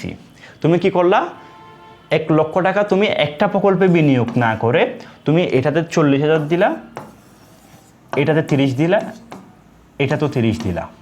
তাহলে তুমি 1 লক্ষ টাকাটা তুমি 3টা প্রকল্পে বিনিয়োগ করলা। তাহলে দেখো একটা প্রকল্পে যদি তুমি ক্ষতির সম্মুখীন হও, তাহলে বাকি 2টা কিন্তু এই ক্ষতিটা কি করবে, তোমাকে এই ক্ষতিটা তুমি এই 2টা প্রকল্প থেকে তুমি কি করতে পারবে, উত্তোলন করতে পারবা। এদের লাভগুলো দিয়ে এই ক্ষতিটা তুমি পোষায় নিতে পারবা। তাহলে এই পোর্টফোলিও বৈচিত্র্যায়ন নীতি মানে হচ্ছে একটা প্রকল্পে বিনিয়োগ না করে তুমি একাধিক প্রকল্পে বিনিয়োগ করা। এটাই হচ্ছে পোর্টফোলিও বৈচিত্র্যায়ন নীতি। এর ফলে কি হয় দেখো, এর ফলে তোমার ঝুঁকি কমানো যায়। তোমার যে ঝুঁকিটা রয়েছে, তুমি যদি একটা প্রকল্পে বিনিয়োগ করো, তুমি 1 লক্ষ টাকা একটা প্রকল্পে বিনিয়োগ করছো, তাহলে তোমার ঝুঁকিটা কিন্তু বেশি। যদি কোনো কারণে যদি এই প্রকল্পটা যদি কি হয়, ক্ষতির সম্মুখীন হয়, তোমার পুরো 1 লক্ষ টাকা চলে যাচ্ছে। কিন্তু তুমি 60,000 টাকা 1 লক্ষ টাকা কী করলা, এখানে 40 দিলে, এখানে 30 দিলে, এখানে 30 দিলা। মনে করো তোমার এই সি প্রকল্পটা কী হইলো, ক্ষতি হইলো, তাহলে কিন্তু আরও 2টা প্রকল্প আছে। এই 2টা প্রকল্পের যে লাভটা হবে এই লাভটা দিয়ে তুমি এই ক্ষতিটা পুষাই নিতে পারবা। তাহলে সেজন্য এই পোর্টফোলিও বৈচিত্র্য নীতি এই কথাটাই বলে তুমি একটা প্রকল্পে বিনিয়োগ না করে একাধিক প্রকল্পে বিনিয়োগ করো। এটাই হচ্ছে পোর্টফোলিও বৈচিত্র্যায়ন নীতি। আর এই নীতির ফলে তোমার কি হয়, ঝুঁকি কমানো যায়, ঝুঁকি হ্রাস করা যায়। তাহলে আশা করি এই 3টা নীতি তোমরা বুঝতে পেরেছ। তারল্য এবং মুনাফা নীতি মানে হচ্ছে তুমি সকল টাকা তারল্য অবস্থায় না রেখে তোমার কিছু টাকা বিনিয়োগ করা উচিত। আবার সকল টাকা তুমি বিনিয়োগ করে দিছো, তোমার তারল্য অবস্থায় কোনো টাকা নাই, এমনটা হওয়া যাবে না। তারল্য এবং মুনাফার মধ্যে তোমাকে কী করতে হবে, সামঞ্জস্য রাখতে হবে। আর ঝুঁকি ও মুনাফা নিতে মানে হচ্ছে তোমার ঝুঁকি বেশি হলে লাভ বেশি হবে, আর তোমার যদি ঝুঁকি কম হয় লাভও কম হবে। তোমাকে সহনীয় মাত্রায় ঝুঁকি রেখে তোমার মুনাফাটাকে সমন্বয় করতে হবে। আর পোর্টফোলিও বৈচিত্র্যের নীতি মানে হচ্ছে তুমি একটা প্রকল্পে বিনিয়োগ না করে একাধিক প্রকল্পে বিনিয়োগ করবা। এটাই পোর্টফোলিও বৈচিত্র্যের নীতি। একটু দেখো, তোমরা এই 3টা বিষয় একটু যদি বুঝতে পারো তাহলে তোমাদের যেরকম উদ্দীপক দেখ না কেন অবশ্যই তোমরা করতে পারবে। একটু প্রশ্নটা একটু পরে 1 নাম্বার যেটা রয়েছে, স্কলার্স লিমিটেড প্রতিষ্ঠানটি 2 লক্ষ টাকার মধ্যে জনতা ব্যাংকের সাধারণ শেয়ারে 1 লক্ষ টাকা, এসিআই কোম্পানির বন্ডে 50,000 টাকা এবং বাকি অর্থ জনতা ব্যাংক লিমিটেডের অগ্রাধিকার শেয়ারে বিনিয়োগ করছে। তাহলে দেখো, স্কলার্স লিমিটেড কোম্পানিটা তার 2 লক্ষ টাকা বিনিয়োগ করবে, সে একটা প্রকল্পে বিনিয়োগ না করে 3টা প্রকল্পে বিনিয়োগ করছে। 3টা প্রকল্পে, একটা প্রকল্প, আরেকটা জনতা ব্যাংক, আরেকটা এসিআই লিমিটেড, 3টা প্রকল্পে সে বিনিয়োগ করছে। তাহলে একটা প্রকল্পে তুমি বিনিয়োগ না করে একাধিক প্রকল্পে বিনিয়োগ করা কি, পোর্টফোলিও বৈচিত্র্যায়ন নীতি। তাহলে এটা কোন ধরনের নীতি, এই কাজটা কোন ধরনের নীতির সাথে সম্পৃক্ত, আমরা বলতে পারি পোর্টফোলিওর সাথে সম্পৃক্ত। 2 নম্বরে আসো, মিরাক্কেল ইন্ডাস্ট্রি বিনিয়োগের জন্য 3টা খাত থাকা সত্ত্বেও অধিক লাভজনক হওয়ায় সকল অর্থ একটা মাত্র প্রকল্পে বিনিয়োগ করছে। তাহলে দেখো, এই মিরাক্কেল ইন্ডাস্ট্রিটা হচ্ছে সে একটা প্রকল্পে বিনিয়োগ করছে, তার হচ্ছে 3টা প্রকল্প ছিল, 3টা খাত থাকা সত্ত্বেও সে অধিক লাভের আশায় বেশি ঝুঁকি নিয়ে সেই একটা প্রকল্পে বিনিয়োগ করছে। তাহলে এটা কোন ধরনের নীতি, সে দেখো সে হচ্ছে ঝুঁকিটা বেশি নিছে যাতে তার লাভটাও কি হয়, বেশি হয়। তাহলে আমরা বলতে পারি কি, তার এটা হচ্ছে তোমার ঝুঁকি এবং মুনাফা নীতির সাথে সম্পৃক্ত। 3 নম্বরে আসো, বার্গার প্রিন্টস লিমিটেড হবে, আচ্ছা বার্গার পয়েন্টস লিমিটেড প্রতিষ্ঠানের নগদ উদ্বৃত্তের পুরোটাই হচ্ছে দীর্ঘমেয়াদী সম্পদে বিনিয়োগ না করে কাঁচামাল ক্রয়, কর্মচারীদের বেতন পরিশোধ বাবদ প্রয়োজনীয় অর্থ নগদ সংরক্ষণ রাখে। দেখো, বার্গার পয়েন্টস লিমিটেড হচ্ছে তার নগদ উদ্বৃত্তের, তার হাতে যে টাকাটা রয়েছে এই টাকাটা সেই পুরোটা দীর্ঘমেয়াদী সম্পদে বিনিয়োগ না করে সে হচ্ছে কাঁচামাল কেনার জন্য, কর্মচারীদের বেতন দেওয়ার জন্য সে কিছু টাকা কী করছে, নগদে ক্যাশের মধ্যে সংরক্ষণ রাখছে। তাহলে সে সকল টাকা বিনিয়োগ না করে কিছু টাকা তারল্য অবস্থায় রাখছে। এটা কোন ধরনের নীতি, এটা হচ্ছে তারল্য এবং মুনাফা নীতি। তারল্য বনাম মুনাফা নীতি। তাহলে দেখো, 1 নাম্বারটা হচ্ছে একটা প্রকল্পে বিনিয়োগ না করে একাধিক প্রকল্পে বিনিয়োগ করছে, তার মানে এটা হচ্ছে তোমার পোর্টফোলিও নীতি। আর মিরাক্কেল ইন্ডাস্ট্রিটা হচ্ছে সে তার 3টা খাত থাকা সত্ত্বেও সে অধিক লাভের আশায় বেশি ঝুঁকি নিয়ে সে একটা প্রকল্পে বিনিয়োগ করছে। তার মানে এটা হচ্ছে তোমার কোন নীতির সাথে সম্পৃক্ত, ঝুঁকি ও মুনাফা নীতির সাথে। আর 3 নম্বর যেটা রয়েছে সেটা হচ্ছে সেই বার্গার পয়েন্টস লিমিটেড হচ্ছে তোমার পুরো টাকাটা সেই একটা দীর্ঘমেয়াদী প্রকল্পে বিনিয়োগ না করে তারল্য অবস্থায় তার কর্মচারীর বেতন এবং কাঁচামাল ক্রয়ের জন্য কিছু টাকা ক্যাশের মধ্যে রাখছে। তার মানে সে দীর্ঘমেয়াদীর জন্য সব টাকা বিনিয়োগ না করে সে হচ্ছে কিছু টাকা কাঁচামাল কেনার জন্য বা প্রতিষ্ঠানের কার্যক্রমগুলো সম্পাদনের জন্য তারল্য অবস্থায় কিছু টাকা রাখছে। তাহলে আমরা বলতে পারি এটা হচ্ছে তারল্য এবং মুনাফা নীতির সাথে সম্পৃক্ত। যদি তোমরা এই 3টা বিষয় বুঝতে পারো, তোমাদেরকে যে জায়গা থেকে উদ্দীপক দেখ না কেন অবশ্যই তোমরা উত্তর করতে পারবা। এবার আসো আমাদের সর্বশেষ যে জায়গা থেকে তোমাদের সৃজনশীল প্রশ্ন হতে পারে সেটা হচ্ছে ব্যবসায়ের লক্ষ্য। ব্যবসায়ের 2টা লক্ষ্য আছে, এক হচ্ছে সম্পদ সর্বাধিকরণ, 2 হচ্ছে মুনাফা সর্বাধিকরণ। তোমাদেরকে এখানে জিজ্ঞেস করবে উদ্দীপকের জনাব রহিম ব্যবসায়ের কোন লক্ষ্যের প্রতি গুরুত্ব আরোপ করছে, সম্পদ সর্বাধিকরণের প্রতি নাকি মুনাফা সর্বাধিকরণের প্রতি। তাহলে এই বিষয়টা একটু আমাদের বুঝতে হবে। 1 নম্বর আসো, সম্পদ সর্বাধিকরণ বলতে আমরা কি বুঝি, শেয়ারের নিট মূল্য বৃদ্ধিকরণকে বলা হয় সম্পদ সর্বাধিকরণ। শেয়ারের নিট মূল্য, মনে করো তোমার একটা শেয়ারের মূল্য হচ্ছে 10 টাকা, এখন এই শেয়ারের মূল্যটা যদি বৃদ্ধি হয়ে 12 টাকা হয় তখন সেটাকে আমরা বলবো সম্পদ সর্বাধিকরণ। আর মুনাফা সর্বাধিকরণ মানে হচ্ছে কোনো ব্যবসা প্রতিষ্ঠানের মুনাফা বৃদ্ধি করাকে মুনাফা সর্বাধিকরণ বলে। তোমার একটা শেয়ার থেকে আগে লাভ হইতো মনে করো 10 টাকা, এখন একটা শেয়ারে লাভ হয়েছে তোমার 12 টাকা, তাহলে লাভ বৃদ্ধি পাইছে, মুনাফা বৃদ্ধি পাইছে, তাহলে সেটাকে আমরা বলবো মুনাফা সর্বাধিকরণ। তাহলে দেখো এই সম্পদ সর্বাধিকরণের ফলে তোমার কি হয়, শেয়ারের মূল্য বৃদ্ধি পায়। আগে শেয়ারের মূল্য ছিল 10 টাকা, এখন হয়ে গেছে 12 টাকা সম্পদ সর্বাধিকরণের ফলে। তাহলে সম্পদ সর্বাধিকরণ কিনা আমরা কেমনে বুঝবো, যদি দেখো উদ্দীপকে কোনো শেয়ারের দাম ছিল 10 টাকা, এখন সেটা বেড়ে হয়ে গেছে 15 টাকা, তাহলে শেয়ারের মূল্য বৃদ্ধি পাইছে মানে সে হচ্ছে সম্পদ সর্বাধিকরণের প্রতি গুরুত্ব আরোপ করছে। আর মুনাফা সর্বাধিকরণ মানে হচ্ছে শেয়ার প্রতি আয় বৃদ্ধি পাবে।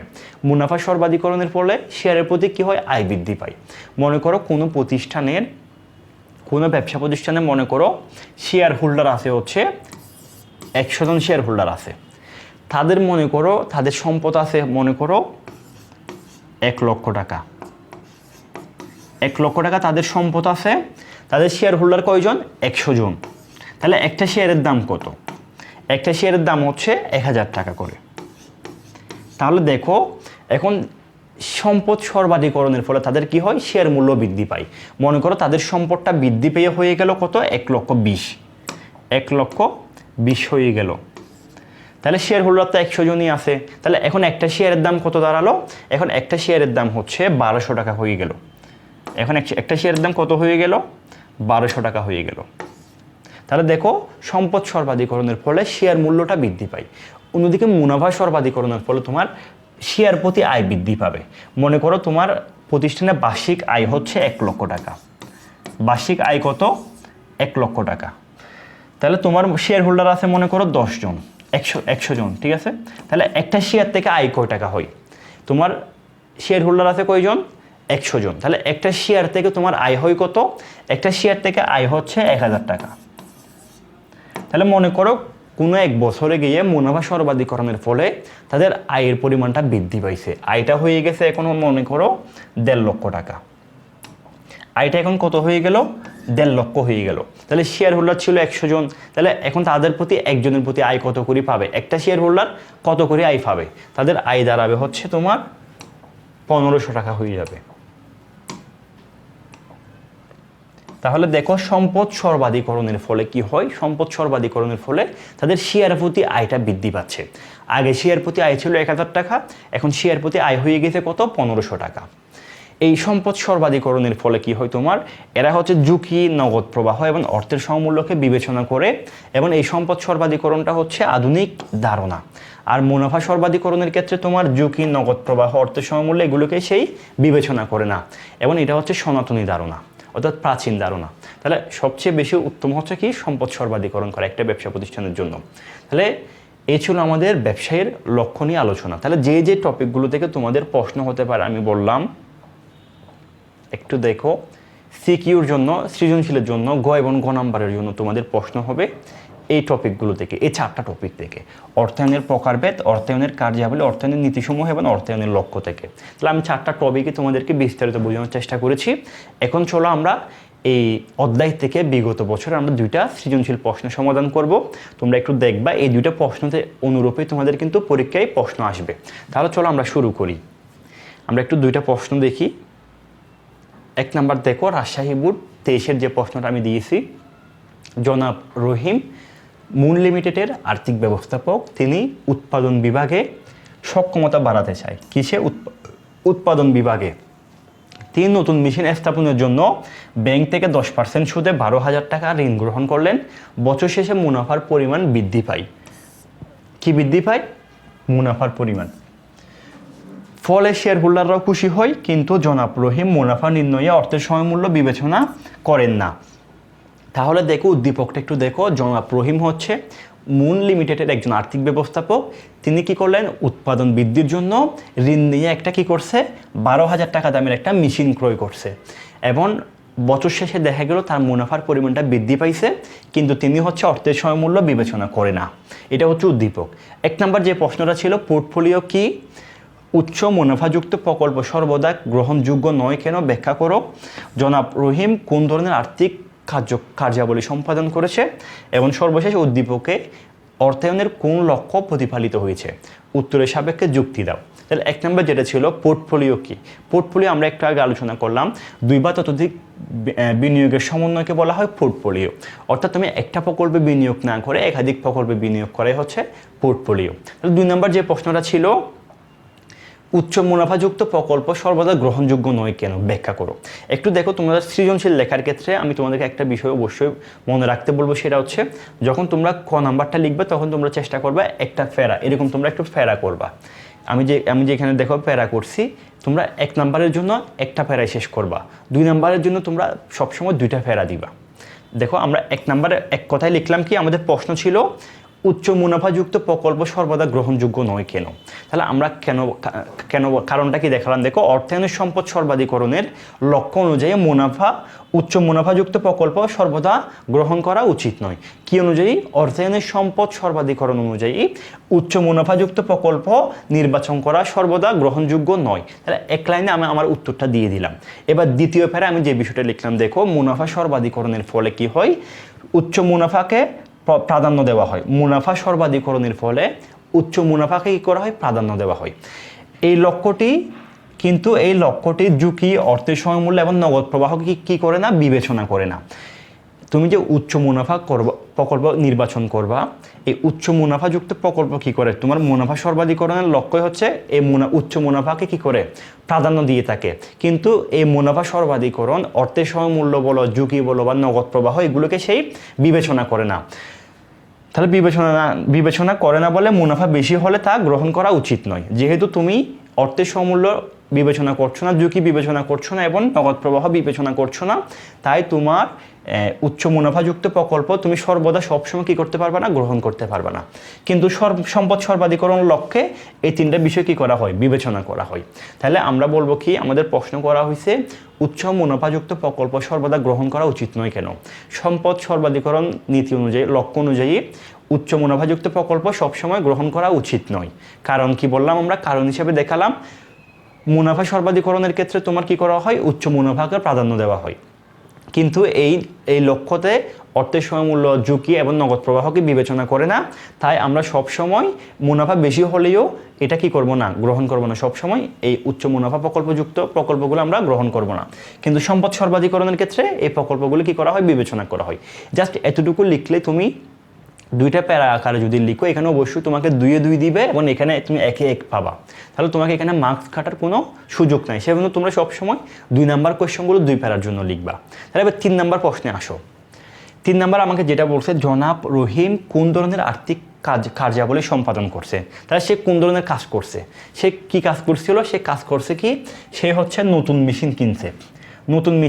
ব্যাংক থেকে ঋণ নিয়ে সেই মেশিন কিনছে। তাহলে মেশিন কিনে এটা কোন ধরনের কাজ আমাকে বলো তো? আমরা যে অর্থায়নের কার্যাবলীগুলো পড়েছিলাম, একটু দেখো, এখানে আসো। স্কোয়ার ফার্মা লিমিটেড কি করছে? একটা মেশিন কিনছে। তাহলে মেশিন কেনাটা কোন ধরনের কাজ? মেশিন কেনা হচ্ছে সে মূলধন বাজেটিং করছে।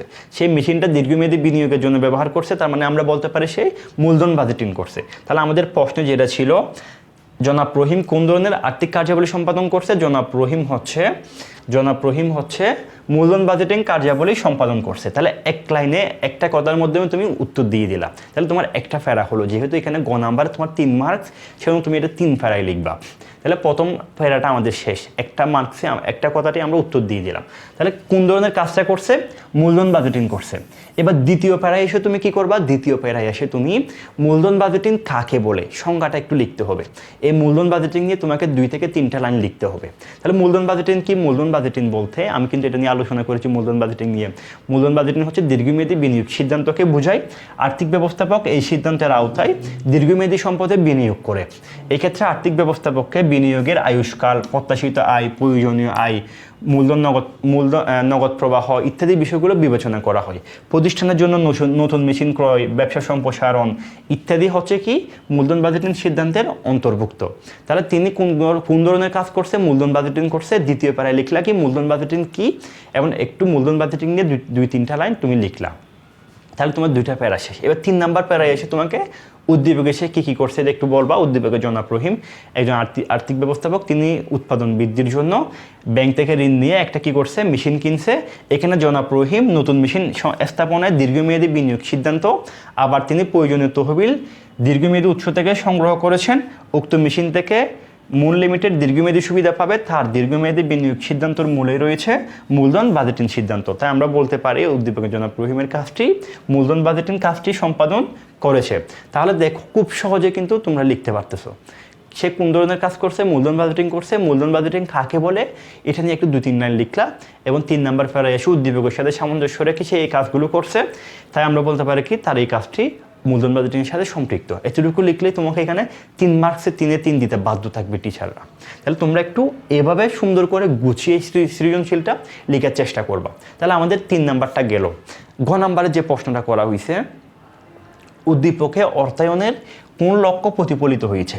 তাহলে উদ্দীপকে কোন লক্ষ্যটা প্রতিফলিত হয়েছে? আমাদের লক্ষ্য ছিল কয়টা? ব্যবসায়ের লক্ষ্য ছিল 2টা, একটা হচ্ছে সম্পদ সর্বাধিকরণ আর একটা হচ্ছে মুনাফা সর্বাধিকরণ। তাহলে এখানে কোন লক্ষ্যটা হয়েছে দেখো, বছর শেষে মুনাফার পরিমাণ বৃদ্ধি পাইছে। তাহলে মুনাফার পরিমাণ যদি বৃদ্ধি পায়, কোন লক্ষ্যর প্রতি কোন লক্ষ্যটা প্রতিফলিত হয়েছে? আমরা বলতে পারি উদ্দীপকে অর্থায়নের মুনাফা সর্বাধিকরণ লক্ষ্যটি প্রতিফলিত হয়েছে। তাহলে এক লাইনের মধ্যে তোমাকে উত্তরটা দিতে হবে। তাহলে আসো গ নাম্বারে, উদ্দীপক অর্থায়নের মুনাফা সর্বাধিকরণ লক্ষ্যটি প্রতিফলিত হয়েছে। একটা প্যারা চলে গেল। 4 মার্কসের জন্য আমাদের 4টা প্যারা দিতে হবে। এবার 2 নাম্বারে এসে তোমাকে কি করতে হবে? মুনাফা সর্বাধিকরণ নিয়ে একটু লিখতে হবে। মুনাফা সর্বাধিকরণ কাকে বলে আমি এর আগেই কিন্তু আলোচনা করছি। কোনো ব্যবসা প্রতিষ্ঠানের মুনাফা বৃদ্ধি করাই হচ্ছে কি মুনাফা সর্বাধিকরণ। প্রতিষ্ঠানের মোট আয় থেকে যদি তুমি মোট ব্যয় বাদ দিয়ে দাও তাহলে তুমি মুনাফা পাবা। প্রতিষ্ঠানের শেয়ার প্রতি আয় বৃদ্ধি, প্রতিষ্ঠানের শেয়ার প্রতি আয়ের মাধ্যমে মুনাফা হিসাব করা হয়। মুনাফা সর্বাধিকরণ নগদ প্রবাহ, অর্থসমূল এবং ঝুঁকি বিবেচনা করে না। তাহলে তুমি এই দ্বিতীয় প্যারায় মুনাফা সর্বাধিকরণ নিয়ে 2টা লাইন লিখলা, তোমার দ্বিতীয় প্যারাটা শেষ। তৃতীয় প্যারায় এসে উদ্দীপক এসে যে কাজটা করছে এটা একটু লিখবা। উদ্দীপকের জনাব রহিম তিনি আর্থিক ব্যবস্থাপক, তিনি এই কাজগুলো করছে, ফলে শেয়ার হোল্ডাররাও খুশি হয়েছে। জনাব রহিম মুনাফা বৃদ্ধি পাওয়ার ফলে আমরা বলতে পারি তিনি হচ্ছে কি তিনি যে কাজগুলো করছে, জাস্ট তুমি এটা লিখলা। চতুর্থ পাড়ায় গিয়ে আমরা একটু ব্যাখ্যা লিখবো। মুনাফা সর্বাধিকরণের মূলেই রয়েছে প্রতিষ্ঠানের মুনাফা বৃদ্ধি করা। তাহলে মুনাফা সর্বাধিকরণের মূলেই রয়েছে কি প্রতিষ্ঠানের মুনাফা বৃদ্ধি করা। জনাব রহিমও তার প্রতিষ্ঠানের মুনাফা বৃদ্ধির উপর কি করছে? জোর দিছে। মুনাফা সর্বাধিকরণের ধারণায় প্রতি বছরে মুনাফাকে কি করা হয়? একই মূল্যে বিবেচনা করা হয়, কিন্তু অর্থের সমমূল্য ধারণা অনুযায়ী আজকের 1 টাকা এবং আগামী বছরের 1 টাকা কিন্তু সমান নয়। অর্থাৎ মুনাফা সর্বাধিকরণের লক্ষ্যে হচ্ছে জনাব রহিমের অর্থের সমমূল্যটি কি করে না? বিবেচনা করে না। মুনাফা বৃদ্ধির ফলে তার প্রতিষ্ঠানের শেয়ার প্রতি কি হয়েছে? আয় বৃদ্ধি পাইছে। তাই আমরা বলতে পারি উদ্দীপকের জনাব রহিম মুনাফা সর্বাধিকরণ লক্ষ্যটি প্রতিফলিত হয়েছে। তাহলে দেখো তোমরা যদি কারণ কোন কাজটা করছে, সে কোন নীতি অনুসরণ করছে, সে কোন কাজটা সম্পাদন করছে, এই বিষয়গুলো বুঝতে পারলেই, এই বিষয়গুলো সম্পর্কে একটু ধারণা থাকলে তুমি খুব সহজেই সৃজনশীলটা লিখতে পারছো। প্রথম প্যারায় সে কোন ধরনের লক্ষ্যটি প্রতিফলিত হয়েছে? মুনাফা সর্বাধিকরণ, এটা আমরা লিখলাম। মুনাফা সর্বাধিকরণ কাকে বলে এটা একটু লিখলাম। উদ্দীপকে সে 3 নাম্বার প্যারায় এসে সে উদ্দীপকে যে কাজগুলো করছে এটা একটু বললাম। চতুর্থ প্যারায় এসে আমি একটু আমার ব্যাখ্যাটা দিলাম। মুনাফা সর্বাধিকরণ মানে হচ্ছে কি মুনাফা বৃদ্ধি পাওয়া। তোমার মুনাফা সর্বাধিকরণের ক্ষেত্রে অর্থসমূল্য বিবেচনা করে না। অর্থসমূল্যের ক্ষেত্রে আজকের 1 টাকা এবং 1 বছর পরে 1 টাকা কিন্তু সমান নয়। তাহলে এই বিষয়গুলো তিনি হচ্ছে কি বিবেচনা করে নাই। মুনাফা বৃদ্ধির ফলে তার প্রতিষ্ঠানের শেয়ার প্রতি আয় বৃদ্ধি পাইছে। তাই আমরা বলতে পারি উদ্দীপকে অর্থায়নের মুনাফা সর্বাধিকরণ লক্ষ্যটি প্রতিফলিত হয়েছে। জাস্ট এতটুকু লিখলেই তুমি এখানে 4-এর মধ্যে 3 মার্কস 100% পাবা। তাহলে তোমরা এভাবে সৃজনশীলটা সবসময় লেখার চেষ্টা করবা।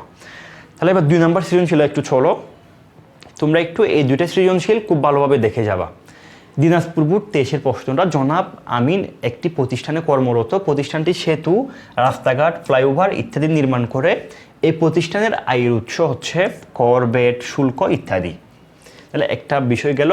অপরদিকে জনাব সিজান বিজলি কোম্পানির আর্থিক ব্যবস্থাপক, তিনি প্রতিষ্ঠানের দৈনন্দিন কার্যক্রম পরিচালনার জন্য প্রয়োজনের তুলনায় কম নগদ অর্থ সংরক্ষিত রেখে বেশি মুনাফার আশায় একটিমাত্র প্রকল্পে অধিক পরিমাণ বিনিয়োগ করেন। ফলে প্রতিষ্ঠানের দৈনন্দিন কার্যক্রম বিঘ্ন ঘটে এবং ঝুঁকি বৃদ্ধি পায়। তাহলে দেখো উদ্দীপকটা কি করছে। উদ্দীপকের 2জন ব্যক্তির নাম বললো। একজন হচ্ছে আমিন, তিনি হচ্ছে একটা প্রতিষ্ঠানে কাজ করেন, যে প্রতিষ্ঠানটি সেতু, রাস্তাঘাট, ফ্লাইওভার এগুলো নির্মাণ করে, এবং ওই প্রতিষ্ঠানটির আয়ের উৎস হচ্ছে কর, ভ্যাট, শুল্ক ইত্যাদি। ঠিক আছে, এই বিষয়টা একটু মাথায় রাখবো। 2 নম্বর আরেকজন ব্যক্তি হচ্ছে সিজান, তিনি হচ্ছে বিসলি কোম্পানির আর্থিক ব্যবস্থাপক। তিনি হচ্ছে দৈনন্দিন কার্যক্রম সম্পাদনের জন্য তারল্য অবস্থায় কোনো টাকা রাখে নাই, সেই সকল টাকা মুনাফার আশায় সকল টাকা একটা মাত্র প্রকল্পে বিনিয়োগ করছে, ফলে তার প্রতিষ্ঠানের কার্যক্রম বিঘ্ন ঘটছে এবং ঝুঁকি বৃদ্ধি পাইছে। এবার আসো, কাকে ব্যবসায়িক জীবনী শক্তি বলা হয়? তাহলে কাকে ব্যবসায়িক জীবনী শক্তি বলা হয়? অর্থকে ব্যবসায়িক জীবনী শক্তি বলা হয়। অর্থায়নের দৃষ্টিতে একটি ফার্মের মূল লক্ষ্য কী হওয়া উচিত? তাহলে অর্থায়নের দৃষ্টিতে একটা ফার্মের মূল লক্ষ্য হওয়া উচিত কি? সম্পদ সর্বাধিকরণ। তাহলে সম্পদ সর্বাধিকরণ, এটা তুমি প্রথম পাড়ায় লিখলা। সম্পদ সর্বাধিকরণের ফলে প্রতিষ্ঠানের মালিকের শেয়ার মূল্য বেড়ে যায়, এটি প্রতিষ্ঠানের মূল লক্ষ্য হওয়া উচিত। তাহলে একটা পাড়ার মধ্যে এটা চলে গেল। এবার দ্বিতীয় প্যারায় এসে তোমাকে একটু সম্পদ সর্বাধিকরণ নিয়ে ব্যাখ্যা লিখতে হবে। শেয়ার মূল্য বাড়ানোই হচ্ছে কি? সম্পদ সর্বাধিকরণ। প্রতিষ্ঠানের মালিকদের সম্পদ পরিমাপ করা হয় শেয়ারের বর্তমান বাজার মূল্য দ্বারা। সাধারণত শেয়ার মূল্যর 3টি বিষয়ের উপর নির্ভরশীল। এক হচ্ছে মুনাফা অর্জনের সময়, নগদ প্রবাহর পরিমাণ এবং ঝুঁকি। এই 3টা বিষয় হচ্ছে কি করা হয়? সম্পদ সর্বাধিকরণ এর সাহায্যে কি করে? এই 3টি বিষয় সঠিকভাবে সম্পদ পরিমাপে সাহায্য করে। অর্থাৎ এই 3টা বিষয়ের মাধ্যমে সম্পদ পরিমাপ করা হয়, যা মুনাফা সর্বাধিকরণের ক্ষেত্রে কি করা হয় না? বিবেচনা করা হয় না। তাই একটা প্রতিষ্ঠানের সম্পদ সর্বাধিকরণের উপর কি করা উচিত? লক্ষ্য হওয়া উচিত। তাহলে দেখো, আমরা প্রথমে বললাম একটা প্রতিষ্ঠানের লক্ষ্য কী হওয়া উচিত? মূল লক্ষ্য হওয়া উচিত সম্পদ সর্বাধিকরণ। কেন সম্পদ সর্বাধিকরণ হওয়া প্রয়োজন সেটা নিয়ে আমরা একটু 2-3টা লাইন লিখলাম। তাহলে এইভাবে লিখলে তোমাকে এখানে 2 মার্কস দিতে বাধ্য থাকবে টিচাররা। তাহলে গেল আমাদের ক এবং খ নাম্বার। এবার ঘ নাম্বারে যেটা জিজ্ঞেস করছে, জনাব আমিনের প্রতিষ্ঠানের অর্থায়ন ধরন ব্যাখ্যা করো। তাহলে জনাব আমিনের প্রতিষ্ঠানটা কোন ধরনের অর্থায়ন করছে? একটু দেখো, জনাব আমিনের প্রতিষ্ঠানের আয়ের উৎসগুলো কী কী? কর, ভ্যাট, শুল্ক, এগুলো। সে হচ্ছে সেতু, রাস্তাঘাট, ফ্লাইওভার এগুলো নির্মাণ করে। একটা অমুনাফাভোগী প্রতিষ্ঠান যাদের উদ্দেশ্য হচ্ছে জনকল্যাণ করা। যেহেতু তাদের আয়ের উৎস হচ্ছে কি? কর, ভ্যাট, শুল্ক। তাহলে কর, ভ্যাট, শুল্ক এগুলো কোন অর্থায়নের আয়ের উৎস? এগুলো হচ্ছে তোমার সরকারি অর্থায়নের আয়ের উৎস। তাহলে আমরা বলতে পারি জনাব আমিনের প্রতিষ্ঠানের অর্থায়নের ধরন হচ্ছে সরকারি অর্থায়ন। তাহলে আমরা প্রথম প্যারায় এই বিষয়টা লিখে দিলাম, সরকারি অর্থায়ন। ঠিক আছে, এবার দ্বিতীয় প্যারায় এসে তোমাকে সরকারি অর্থায়ন কাকে বলে একটু লিখতে হবে। দেখো, সরকারি অর্থায়ন বলতে রাষ্ট্র বা সরকারের অর্থ সংক্রান্ত যাবতীয় কাজের সমষ্টিকে বোঝায়। অর্থাৎ সরকারের বার্ষিক ব্যয় কোন খাতে কী পরিমাণ হবে এবং সেই অর্থ কোন কোন উৎস থেকে সংগ্রহ করবে তা নির্ধারণ করাকে সরকারি অর্থায়ন বলা হয়। এর উপর অর্থায়নের মূল লক্ষ্য হচ্ছে কি? জনকল্যাণ করা। তাহলে দ্বিতীয় প্যারায় তুমি সরকারি অর্থায়ন নিয়ে একটু লিখলা। তৃতীয় প্যারায় এসে তোমাকে কি করতে হবে? উদ্দীপকের সাথে একটু সামঞ্জস্য রেখে বলতে হবে উদ্দীপকের জনাব আমিন তিনি এই কাজগুলো করছে। তার প্রতিষ্ঠানটা হচ্ছে কি করে? সেতু, রাস্তাঘাট, ফ্লাইওভার নির্মাণ করে। অর্থাৎ আমিনের প্রতিষ্ঠানটির মূল লক্ষ্য হচ্ছে কি? জনকল্যাণ করা, সমাজ কল্যাণ করা। আবার এই প্রতিষ্ঠানটির আয়ের উৎস হচ্ছে কি? জনগণের পরিশোধিত কর, ভ্যাট, শুল্ক ইত্যাদি। এক্ষেত্রে দেশের সার্বিক উন্নয়ন প্রতিষ্ঠানের অর্থায়ন কাজ করছে, তাই আমরা বলতে পারি কি? উক্ত প্রতিষ্ঠানটি নিঃসন্দেহে সরকারি অর্থায়ন। তাহলে দেখো, এই কারণগুলোর কারণে আমরা বলতে পারি উক্ত প্রতিষ্ঠানটি একটি সরকারি অর্থায়ন। তাহলে এই বিষয়গুলো তোমরা বললে কিন্তু এখানে তোমাকে মার্কস অবশ্যই 3 দিতে বাধ্য থাকবে। তাহলে এইভাবে তোমরা সৃজনশীলটা লিখবে। এবার ঘ নাম্বারে আসো। আমাদের জিজ্ঞেস করছে উদ্দীপকে উল্লেখিত বিজলি কোম্পানির সমস্যা সমাধানের করণীয় সম্পর্কে তোমার মতামত দাও। তাহলে দেখো, বিজলি কোম্পানিতে কী কী সমস্যা হয়েছে।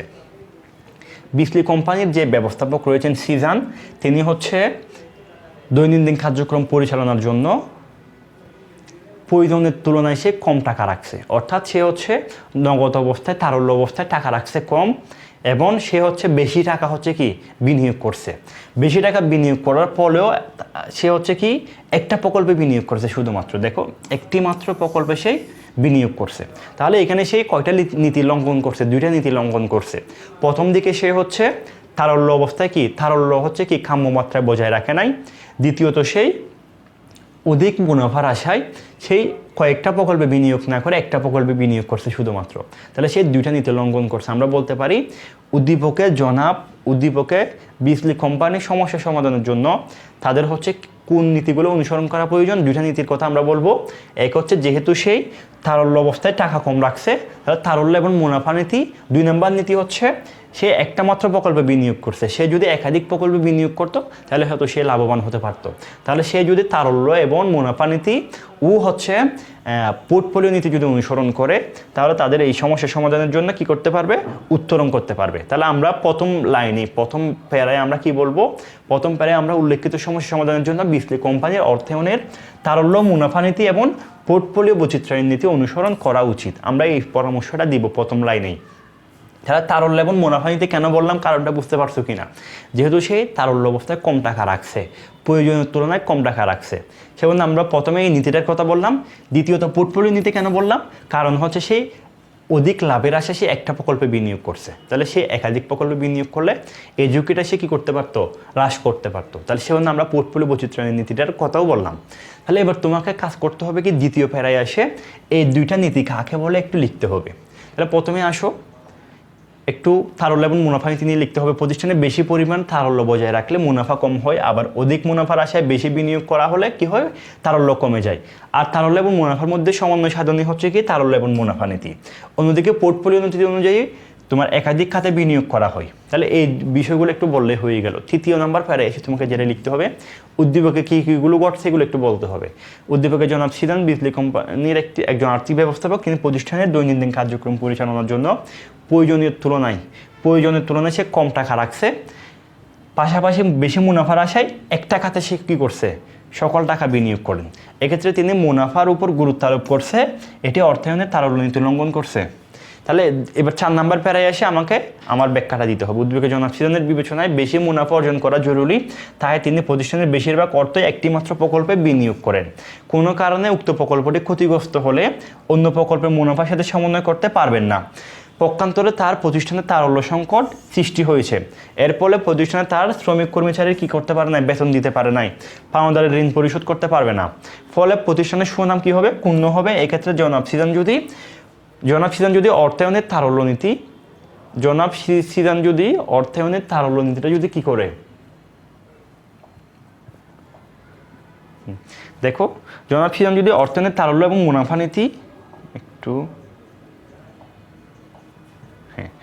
জনাব সিদান যদি অর্থায়নের তারল্য এবং মুনাফা নীতি এবং পোর্টফোলিও বৈচিত্র্য নীতি যদি অনুসরণ করে সঠিকভাবে ব্যবহার করতেন, তবে এই সমস্যা কী করতে পারতেন, সম্মুখীন হতেন না।